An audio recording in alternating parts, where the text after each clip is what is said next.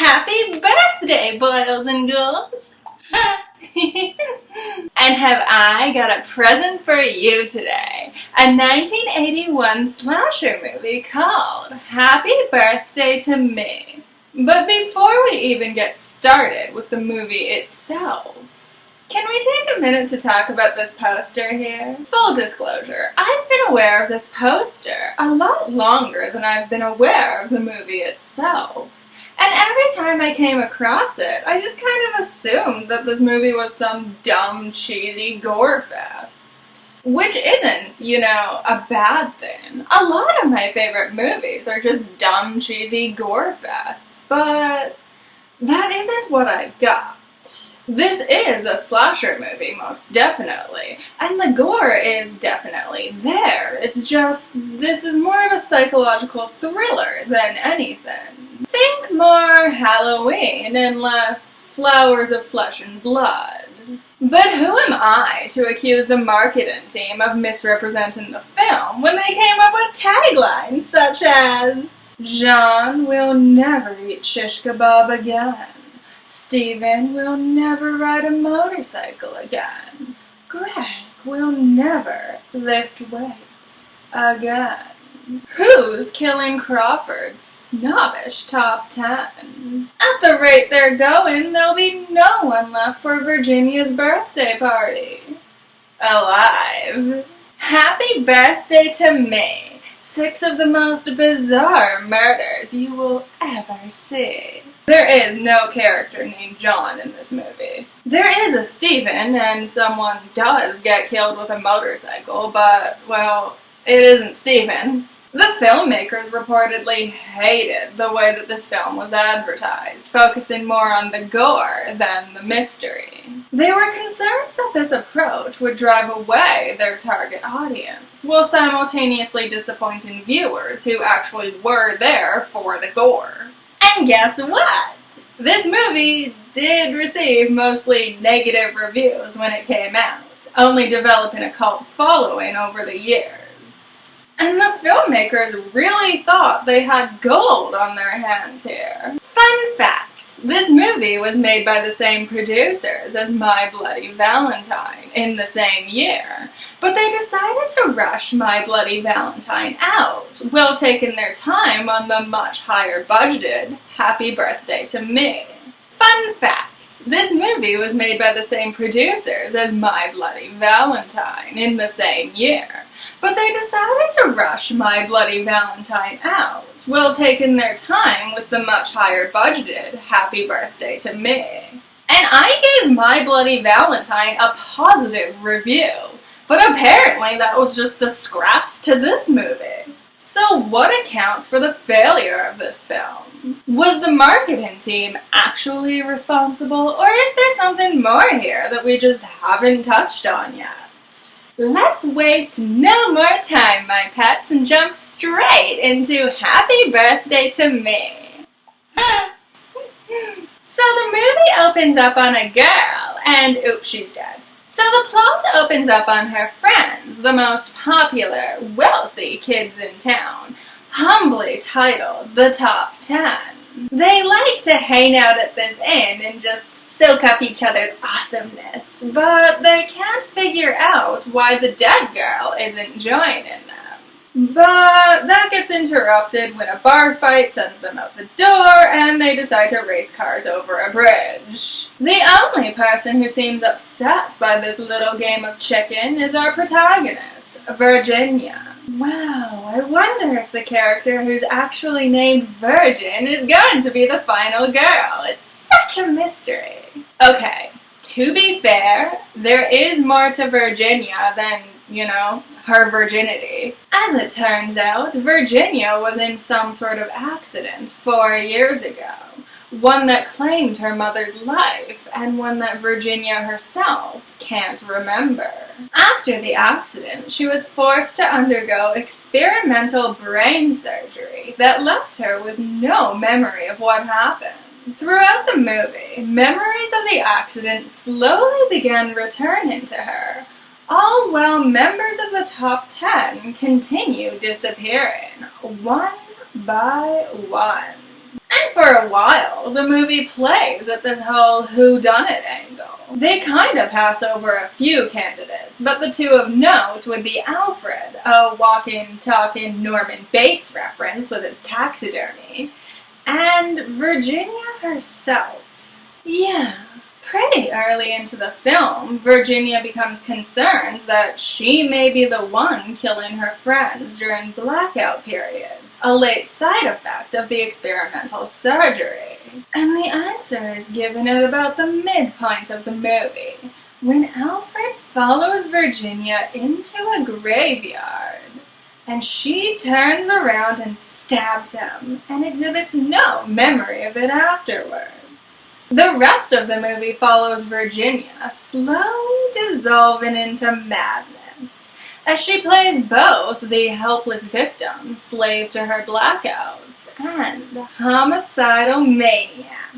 She turns to the doctor who performed the surgery on her, asking for help, but all he does is insist that she must be innocent, that she's imagining it all, that it can't be true. And for that, he gets beaten to death with a fire poker. But there's still one question that I know is on everyone's mind.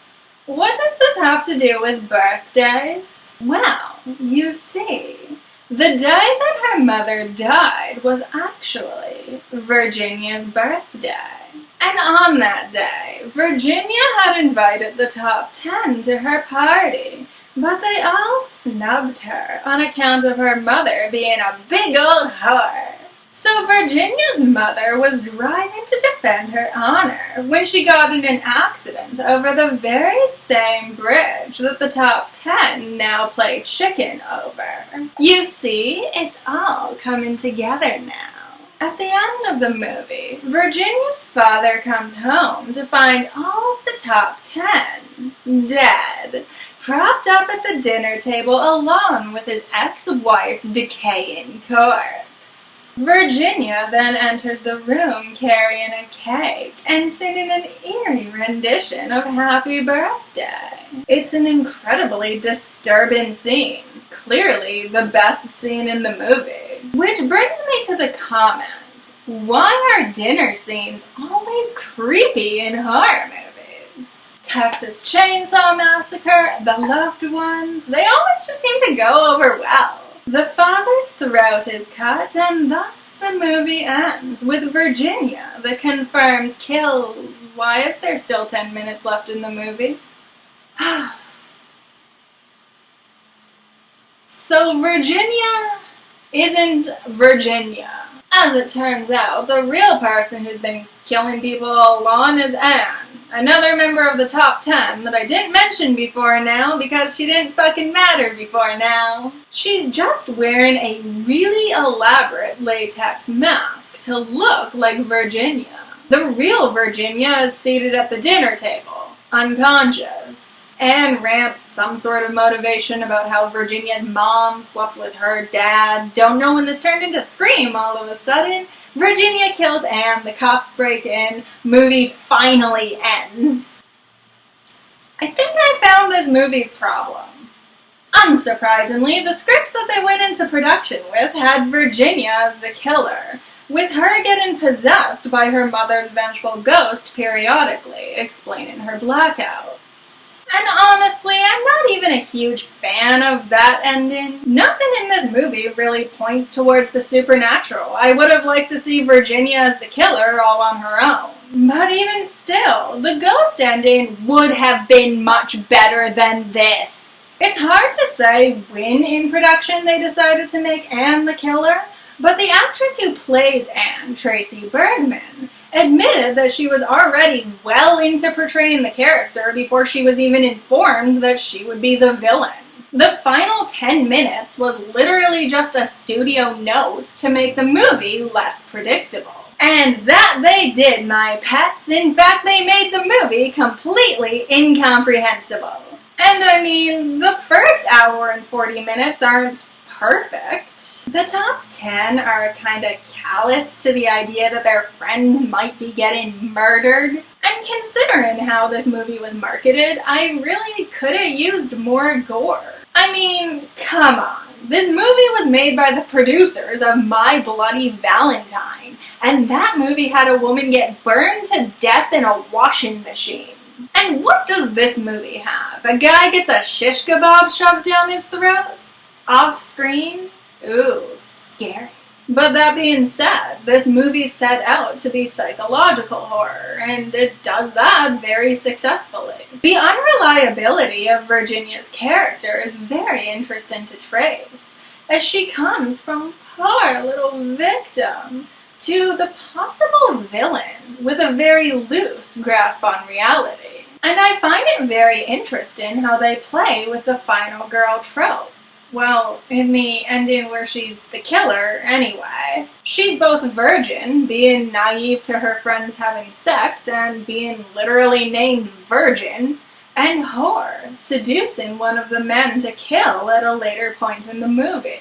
But all of that gets thrown out the window because it turns out that there is no psychology and there is no play on the final girl trope. It's literally just some random girl in Spy Kids gear. But here's the ultimate question. Would I recommend this movie? Yes. Yes, I would. Like I said, the first hour and 40 minutes aren't perfect, but they are very good.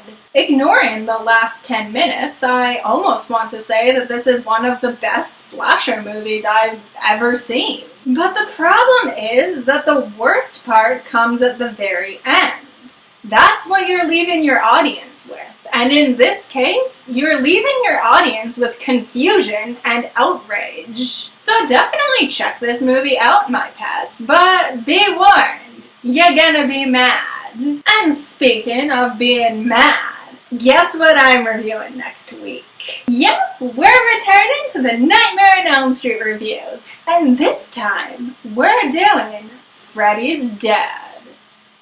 Unfortunately. So if you want to see me rant and rave about how they ruined my favorite slasher villain, make sure to click that subscribe button and the little bell thingy to get notified. If you missed my previous Nightmare on Elm Street reviews, why not start from the beginning? I'll include the link somewhere around here. Give this video a like just for the hell of it, and while you're down there, why not leave me a comment? Let me know what your biggest horror movie disappointment is. Thank you so much for watching, my pets. Love you.